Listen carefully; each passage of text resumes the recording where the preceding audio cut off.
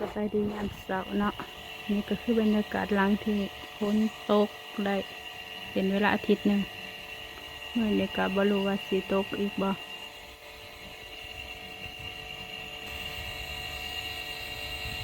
บรรยากาศยามเช้าบ้านสาวมดตะเวนก็ขึ้นแล้วเนาะ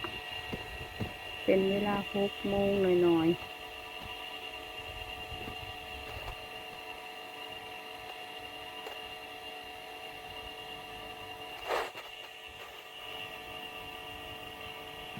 อีก2-3 เดือนมองนี่ก็สิแปลนเบิดเขาเกี่ยวเขาออก